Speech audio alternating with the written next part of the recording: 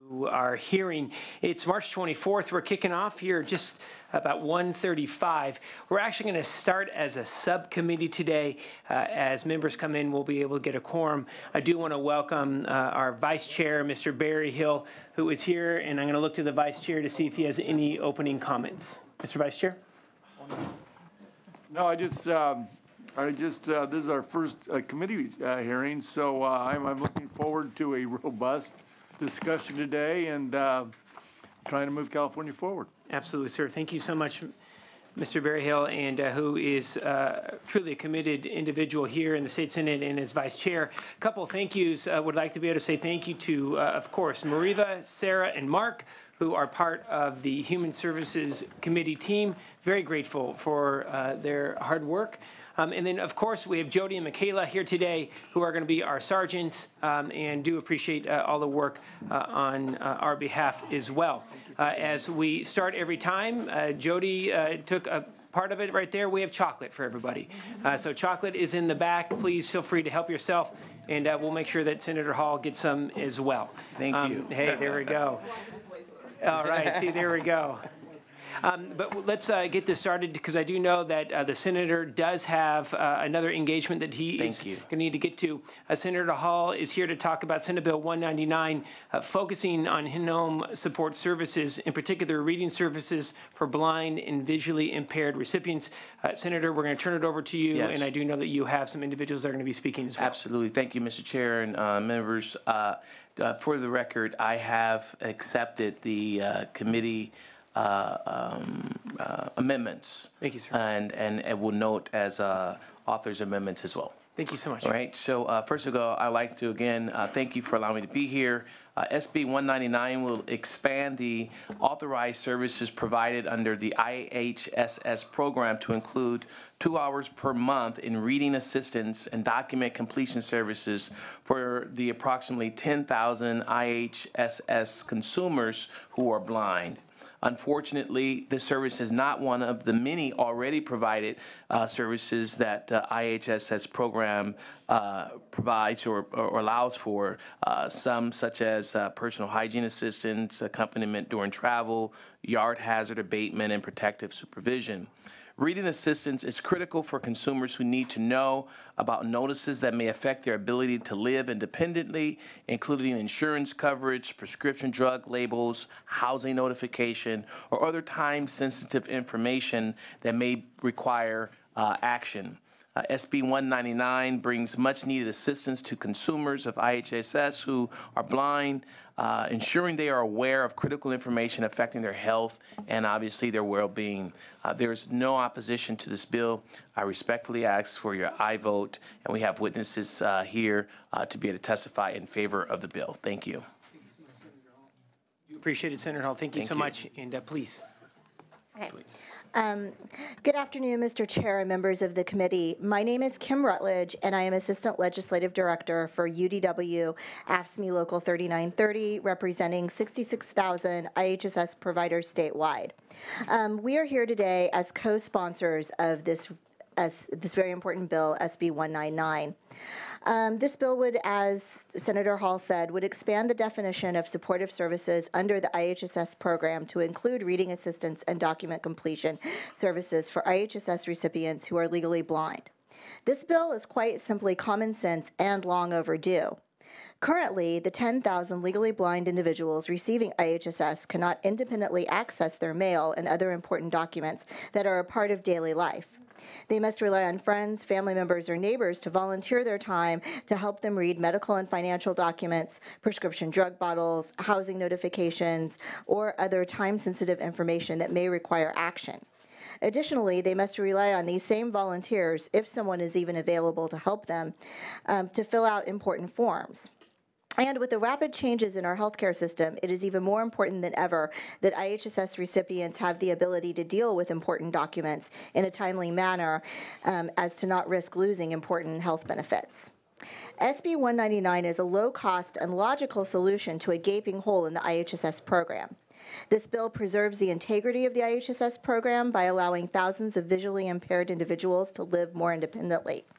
For all of these reasons, we ask today for the committee's support. Thank you. Thank you so much, Ms. Rutledge. I'm really glad you're here today. Thank you.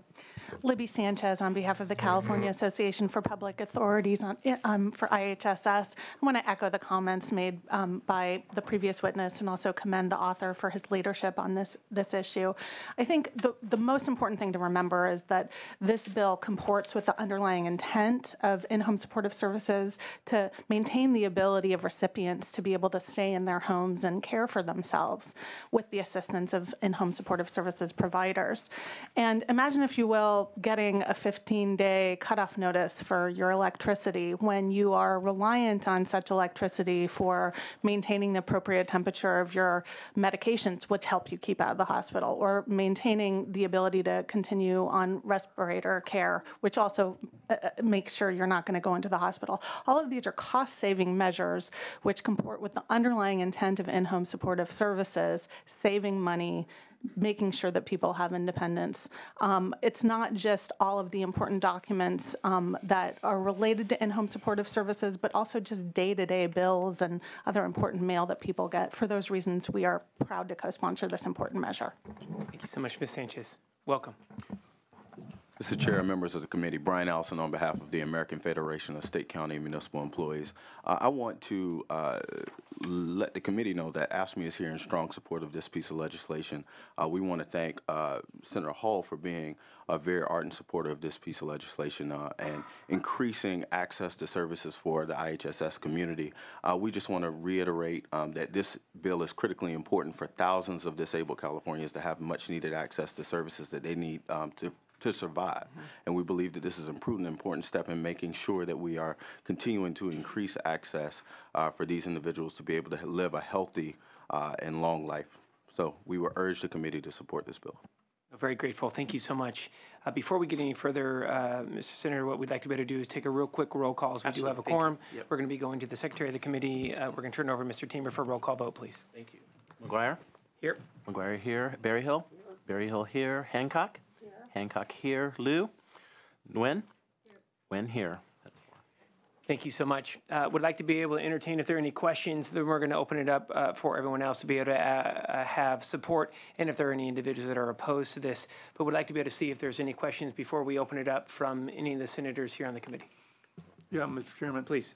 Yeah, this is a much better bill than it was even a year ago, I think. But I do want to just clarify a couple things. First of all, I want to thank you for taking the amendments. Appreciate it.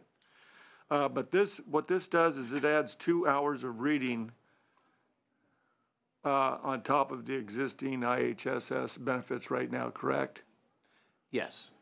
And is that money, is that above and beyond, or is that within the program It's right now? within the scope of the Oh, it is within Yeah. the, that's great. All right, well, I'm going to be supporting this bill today. I think it makes sense to me that people that just can't, if they're disabled, they're disabled, and that's what government should be doing. So I'll be in support of this today and wish you the best of luck. Thank you. Thank you, Mr. Vice Chair. Any other questions before we open it up? That's great. What we'd like to be able to do is open it up. Are there any other individuals wishing to express their support? And if there are, please come up, and if you could state your first and last in the organization who is in support. Thank you. Hi. Samantha Contreras on behalf of SCIU California, representing 280,000 IHSS providers in support of the bill. Thank you so much. Anyone else like to come express their support? Thank you. Would like to now open it up for any individuals that would like to express their opposition. We're going to bring it back, see if there's any concluding remarks. And Mr. Hall, as I am a rookie, we're going to have to adopt the rules before we take formal action on your bill. But would like to be able to see if there's any additional questions, and/or we'll look to closing comments from the senator. Mr. Senator, you have any closing comments on the bill? No, I respectfully ask for your aye vote. Thank you so much. I'm going to jump back, and I do appreciate everyone's patience. I need to have a little bit more chocolate, as what we need to be able to do is adopt the committee rules. Is there a motion? So moved. We have a motion, and all those in favor, actually, let's go to a roll call. We'll go to a roll call. Mr. Teamer. McGuire? Aye. McGuire, aye. Berryhill? Berryhill, aye. Hancock? Aye. Hancock, aye. Liu? Nguyen? Nguyen, aye. Thank you very much. 4-1. Thank you. 4-0-1, as Ms. Liu will be here in just a bit. Do appreciate that. Is there a motion to be able to pass SB 199 as amended to Appropriations Committee? We have a motion by the Vice Chair. Roll call vote, please. McGuire? Aye. McGuire, aye. Berryhill? Aye. Berryhill, aye. Hancock? Aye. Hancock, aye. Lou? Nguyen? Aye. Nguyen, aye. That passes with a quorum 4-0-1. Thank you very much. And we are going to be able to keep that open as well until Ms. Liu. So, Senator Hall, thank you so much, and really glad you're here. And thank you, sir. Nice job. What we'd like to be able to do is now call up Senator Mitchell. Senator Mitchell is going to be discussing Senate Bill 23, which is CalWORK's eligibility, and do appreciate all the senators' hard work on this bill as she is bringing it back this year. We'll have Senator Mitchell and those in support that will also be testifying to please come forward.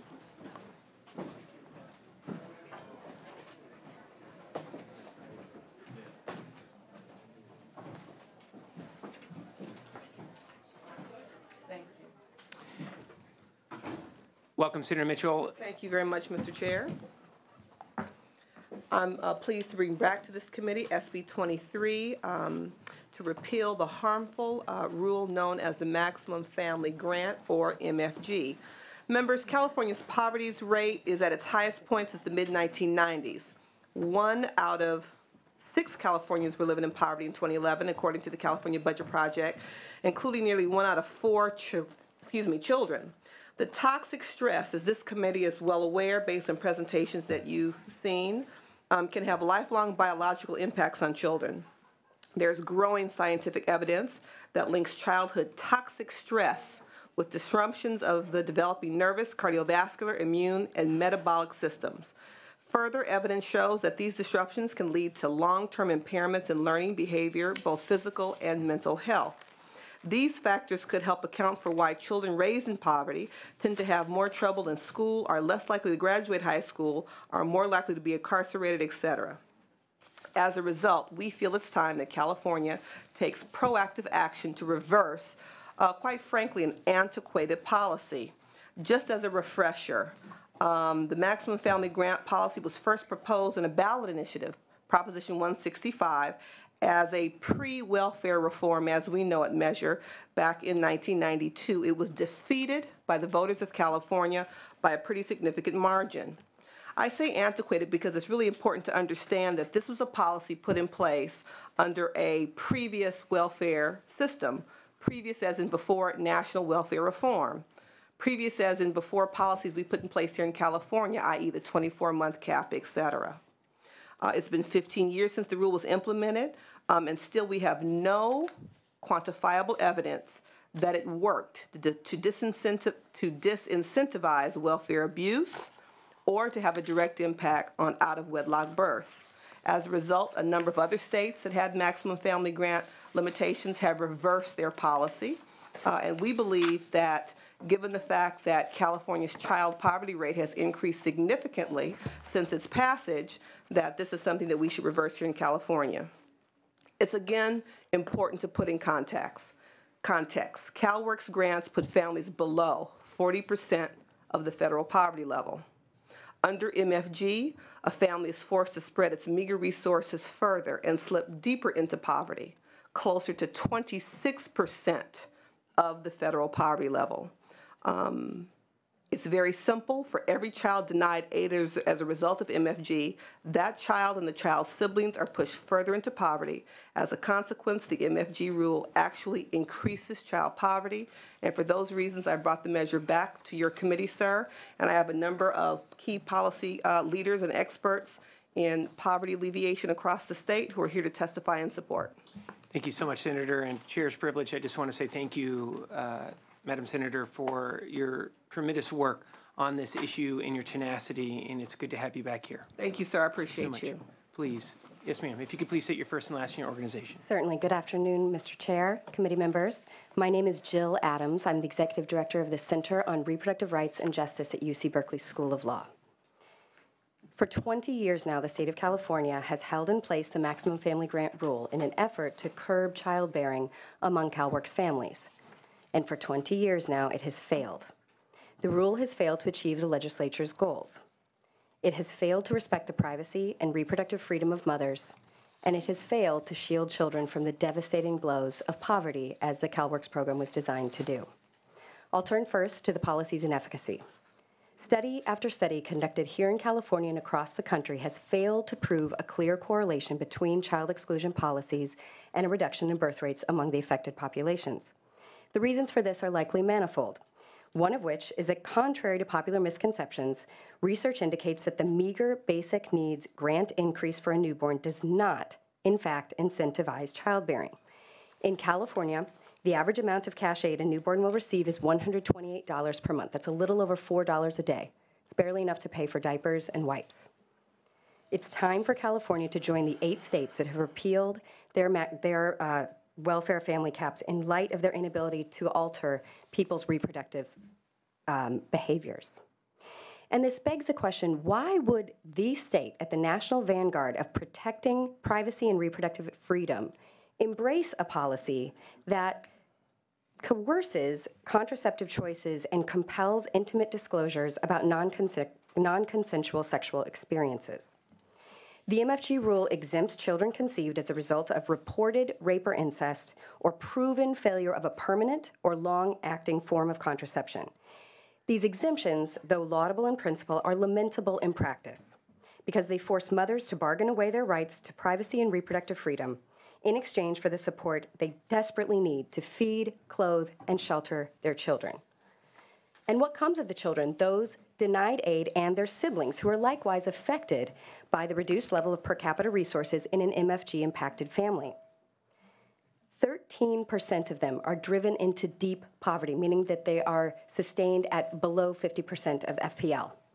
MFG-impacted families experience higher levels of hardship and distress, housing and food insecurity, and struggles paying for transportation and utilities, diapers, and clothing for kids.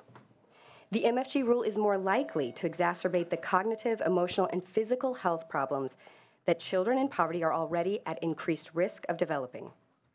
In conclusion, 20 years is long enough to test a policy. The time has come to end this failed experiment, to rid CalWORKS of this albatross, to quit punishing poor kids and their parents. It's time to pass SB 23. Thank you. Thank you so much, Ms. Adamson. It's great to have you here. Welcome back. Thank you, Mr. Chair. Frank Meck, I'm the Executive Director of CWDA.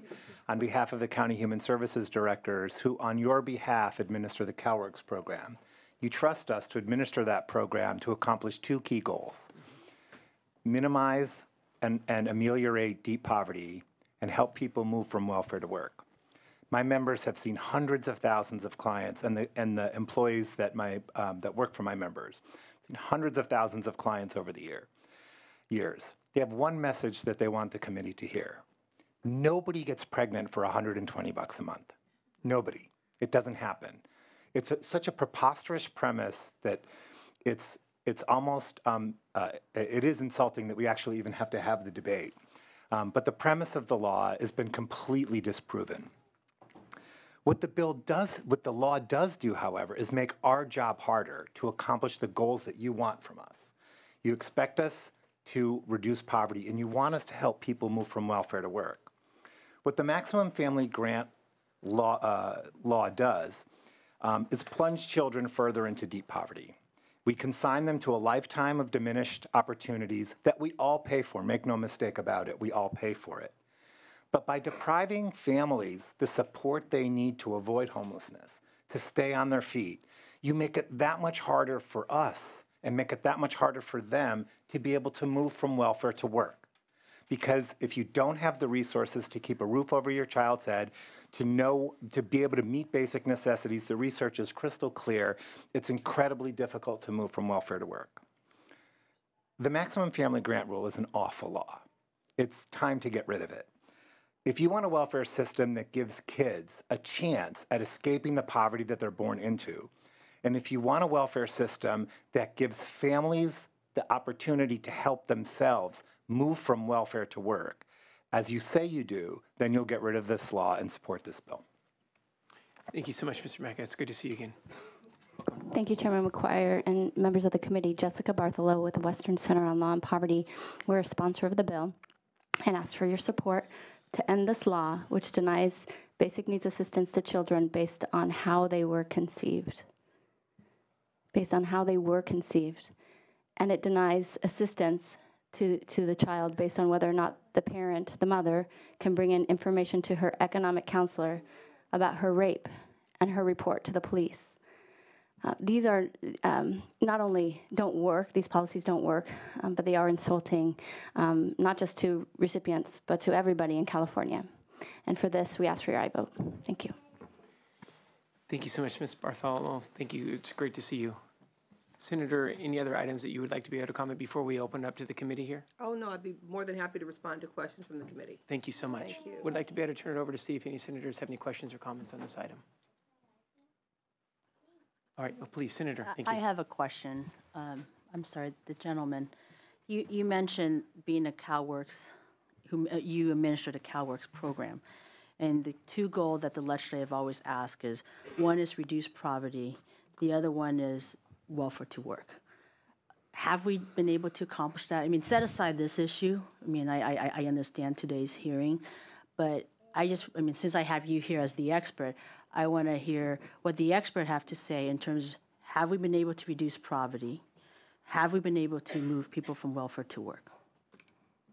I think the research is clear that the CalWorks program has been instrumental in reducing poverty in California.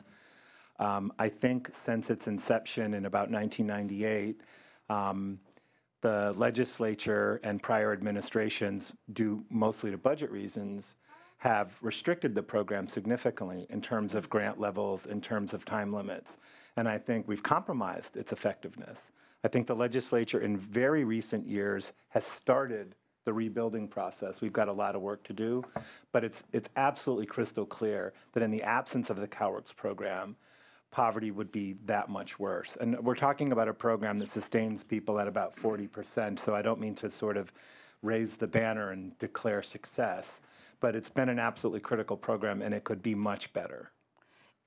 If I could just add on to that answer, Senator, with regard to welfare to work, the federal welfare reform policy put into place a requirement that all welfare recipients transition into work. It was time limited, so they had a time frame in which they had to do that. There are specific work requirements. There are specific activities that you can engage in that is defined as appropriate work activity. Yes, there are certain populations based on safety, domestic violence victims, et cetera, that are excluded from some of those requirements. But I believe the way California operationalized federal welfare reform did put people to work. The state statute says that it's designed to keep children from slipping deeper into poverty. We're doing that on the margins because of the cuts, as Mr. Mecca talked about, as well as the recession where there were more people who required temporary aid from government to keep their families whole. But we aren't doing what we could do as a state, hence the introduction of this bill, to try to provide a few additional, albeit meager resources to help families slip deeper into poverty. CalWorks is not lifting people out of poverty. We're providing the basic core safety net as a transition to them. Thank you. Can I make a comment? Senator Mitchell, thank you. You know, this is in a step in the right direction. You've heard me in the past. I've been on welfare. I've been on food stamps when I came to this country. Spoke no English, so you know I'm very familiar with having to decide, you know, whether a gallon of milk or not. I was on a reduced lunch. I actually in elementary refused to take the lunch back then, and the reason is because way back in the 80s. The children who are poor has this line over here for reduced lunch and everybody else over there. So us children were so embarrassed we didn't take the lunch. I starved in elementary. So I'm very familiar with the CalWorks system, the food stamps, Medi-Cal, all that. And so you're absolutely in the right direction. I would be very supportive of this today, absolutely. You know, what I what I would like to ask is I would love to, if this body can look at helping these families to not only be the safety net as a program, but to also make sure that these programs will move us into a different direction. Because I've always tell people in my district is, look, you know, government needs to work for the people. And when you need me the most, I will be there for you. But when you're so done with me, hand me back that program so I can give it to the next Janet Wynn family. Absolutely. Let her run with it. Let her achieve that American dream. And what we don't do, in my opinion, is to give more incentive for families, such as, you know, if they need childcare, let's give them childcare. Get them on vocational study. Get them into colleges. Because I don't believe, I mean, if someone else can tell me or show it to me, I don't believe anybody wants to be poor. But if you tell them, I'm just going to make up a number. If you give them $1,000 a month on welfare, and they can only make $1,500, it's not the right number. Please no. I know. I'm just making it up. It's dangerous to even make that number up. I know. I'm just making. Let's make up a number at $467 a month. Well, let's use that number. You understand why I made up the number. It's a lot easier to understand. If you were given $1,000 a month and then $1,500 to work full time, as a parent, as an adult, you would choose welfare. However, if we're able to get them to $3,500 a month, you will work full-time, and you would provide for your family. And I really hope that I would be the first to step up to the plate and help and assist that.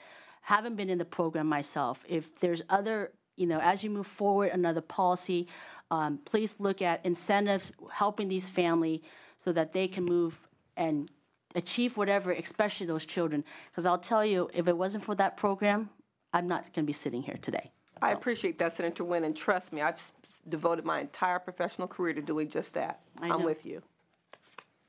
Thank you so much, Senator. I appreciate those words. Thank you very much. Would like to be able to look to the left here, see if any of the senators would like to have any comments or questions. Okay, we're gonna need to open it up for any additional folks that are in support and or opposed. Please. Yeah, just I got some questions and I guess some comments. And just to segue off the senator's comments, I think this is a really, really well-intentioned bill myself. And the conservative side of me can argue for this bill that it's kind of a pro-life deal and that we should have the rights for reproduction when we want. That being said, the thing that bothers me about this bill, we just as Janet mentioned, we don't want to keep these people. We're trying to get them welfare to work, as you talked about, Mr. Mecca.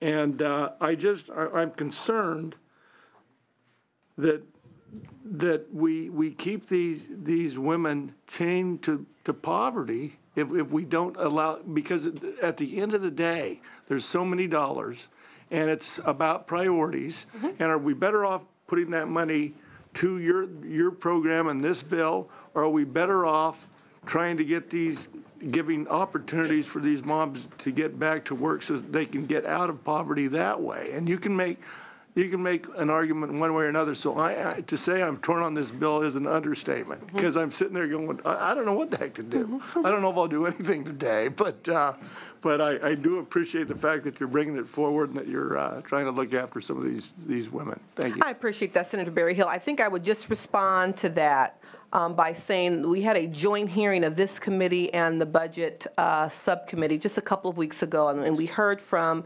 CalWORKS recipients, and we heard a compelling story of a young mother who is homeless, who in good weather months lived with her 3 kids, middle school age and elementary school age children, in a tent. When it got cold, she transitioned to her car. The kids went to school every day, and she prepared them for school in her rental storage unit. And she talked about using baby wipes to clean them because she had no place to bathe her 3 children, and how she prepared meals on a single burner skillet.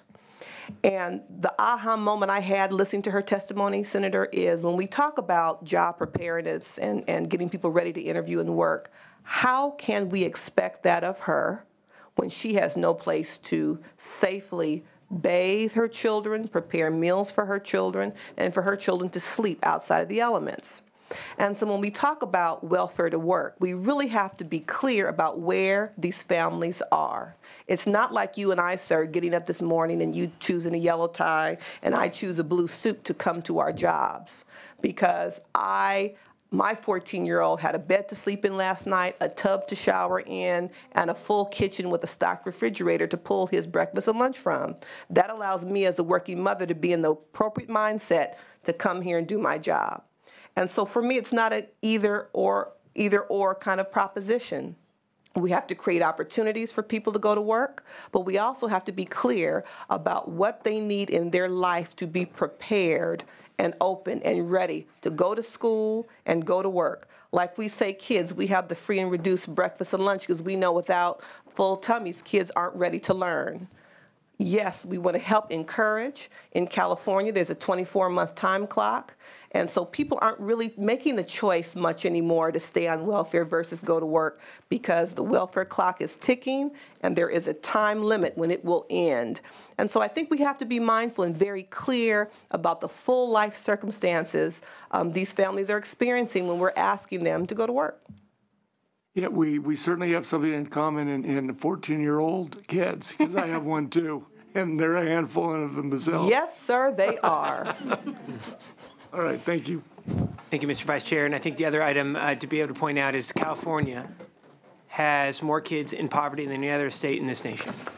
And one of the driving forces of that, there are so many forces economically that face them. In particular, our housing costs across this state. And again, Senator, do appreciate your tenacity in bringing this forward again. If it works for the committee, do appreciate the comments. We'd like to be able to invite individuals to be able to participate. If you could please state your first and last and the organization that you're with. And right now we're asking for individuals, we have a lot of them, to come on and state your support, and then we'll also open it up. We'll be going over here to the left. Thank you so much. My name is Bob Guchoud. I represent SEIU Local 221. I work for the County of San Diego Health and Human Services. I work in a family resource center as boots on the ground. I do eligibility. In my short time with the County of San Diego, the MFG does not work. I heard one of the speakers mention nobody gets pregnant for $128, literally. I am very much in support of this bill, and I would like to see this committee pass it. Thank you. Thank you so much for being here. It's good to see you. Thank you. Welcome. Good afternoon, Senators. I'm in support of the bill. I am Elda Paz, LA County. I'm representing with SEIU 721, and I am an eligibility worker. I'm here to tell you my case scenario, and it's basically everything that's happened. This mother in 3 months, more than likely she will become homeless because of the MFG rule. She has 4 children. She's a single mother. 2 children are no longer eligible for the CalWorks program, so she only has 1 child, which is 17, will graduate in June. Come June, she will no longer receive her $333 a month to pay for her $281 rent. So now she has a 15-year-old. What's going to happen with that 15-year-old? So I don't think you're limiting birth, but you're limiting the child from growing up and having a good upbringing for what she can make from that $333 a month. Oh. So thank you. I would ask for your support. Glad you're here. Thank you. Welcome back.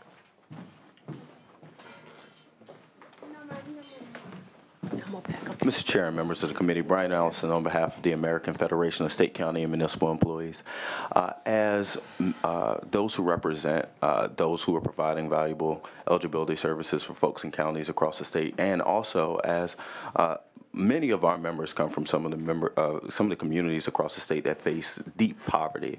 We commend Senator Mitchell for taking on this issue, but we also urge the committee to support this piece of legislation. So thank you. Thank you. Mr. Chairman, just for the sake of time, I mean, I'd love to hear all these, but we've got to get through a lot of witnesses here. So name and who they represent. Sure, and I think the other piece is I want to be respectful of, if we keep it at 2 minutes, but we do have a long agenda, but know that a lot of you have been sitting here and came here specifically for this issue, and I do want to give you the support to be able to say a few words, so thank you. Good afternoon. My name is Frank Pineda. I'm a Game Services Supervisor in Los Angeles County and represented by SCIU Local 721, and I am in support of this bill. As a Game Services Supervisor, one of my duties is welfare to work, which we have been talking about. And one of the things that is really disheartening as a public servant, as we all are, is the fact that an unintended cause of the MFG rule is the fact that welfare to work funds that were used for welfare to work now have to be used to meet the necessities that they desperately need. I mean, it's not frivolous spending. You either make it or you don't make it, and these funds that normally do welfare to work are being used that way. So I am in support of this bill, and I'm very much proud to stand on the side of Senator Mitchell. Thank you. Thank you so much. Appreciate it. Welcome. Good afternoon. John Bowders, Policy Director at Housing California, the state's leading nonprofit on housing and homelessness advocacy. We're here in strong support of this bill. Just want to add, as having spent 10 years as a legal aid attorney representing people who are homeless, this is not just about child poverty. This is about homelessness. You heard that several times today.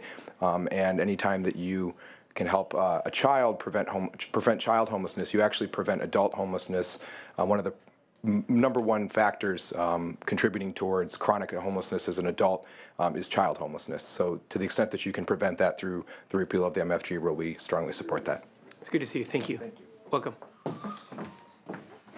Afternoon, Pete Wywody with the California Partnership, and we co-lead the Health and Human Services Network, which has prioritized this as a top priority to eliminate the maximum family grant rule. Strong support. It comes from a racist and sexist legacy that should be abominated, and we're excited to build a new legacy of what the social safety net in California can start to look like. So thank you. Thank you. Glad you're here today. Welcome. Hi, my name is Mary Ignatius. I'm the statewide organizer for Parent Voices. We organize parents around access to quality, affordable child care, and it wasn't until recently, till Senator Mitchell has brought this bill forward, that we started talking to our members about the impact of the MFG rule, and we had no idea just how strongly they had been impacted. So today, we are here in strong support and ask that you support it as well. Thank you. Thank you for your words. Welcome. Good afternoon, Chairman and members. Dennis Garcia with the Hernandez Strategy Group on behalf of the California Latinas for Reproductive Justice in strong support. Thank you, sir. Welcome. Libby Sanchez on behalf of Labor's Local 777 and 792 in strong support of this measure. Thank you. Thank you.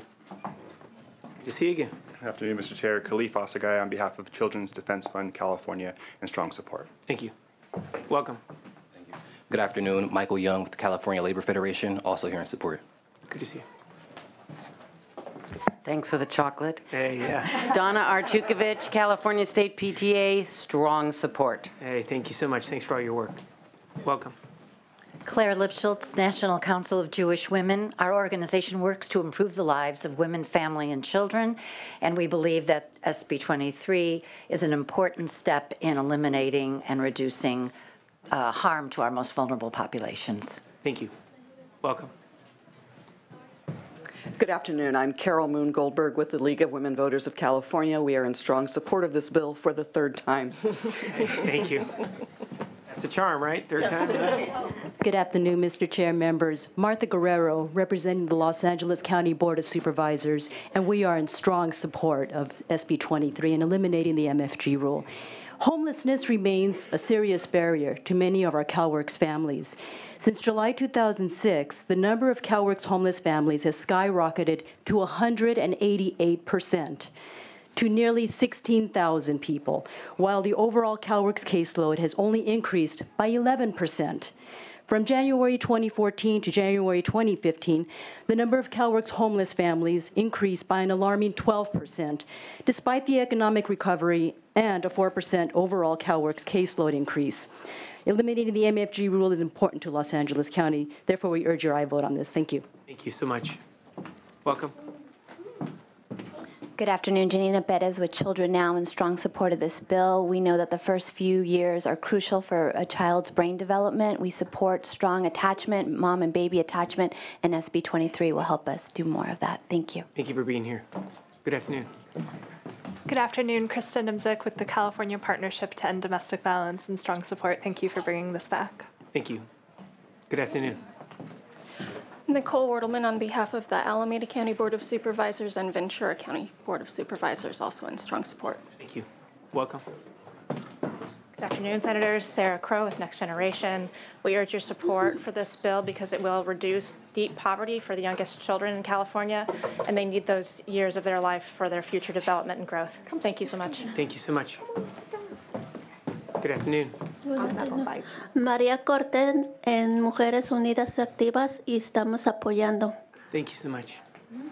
It's good to see you. Hello, everybody. Katie Joaquin, the campaign director with the California Domestic Workers Coalition, over a dozen domestic worker organizations throughout California, and we're in strong support. Thank you so much.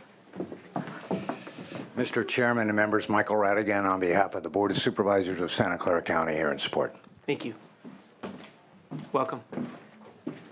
Rebecca Gonzalez, National Association of Social Workers, California chapter. We have chosen this bill as one of our 3 lobby days bills because we recognize the importance. Thank you. Thank you so much. Good afternoon.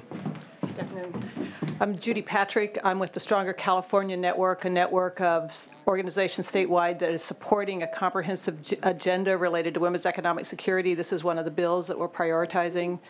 It's been prioritized by the Women's Foundation of California for the last 3 years. Thank you to Senator Mitchell. We urge your support of this bill. In addition, I've been asked to say that the California Child Care Resource and Referral Network is also in support of this bill. Thank you. Thank you.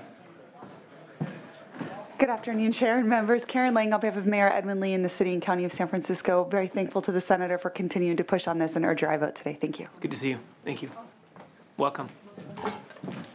My name is Jessica Reddit. I'm an attorney at Bay Area Legal Aid, and we are here in strong support of AB 23.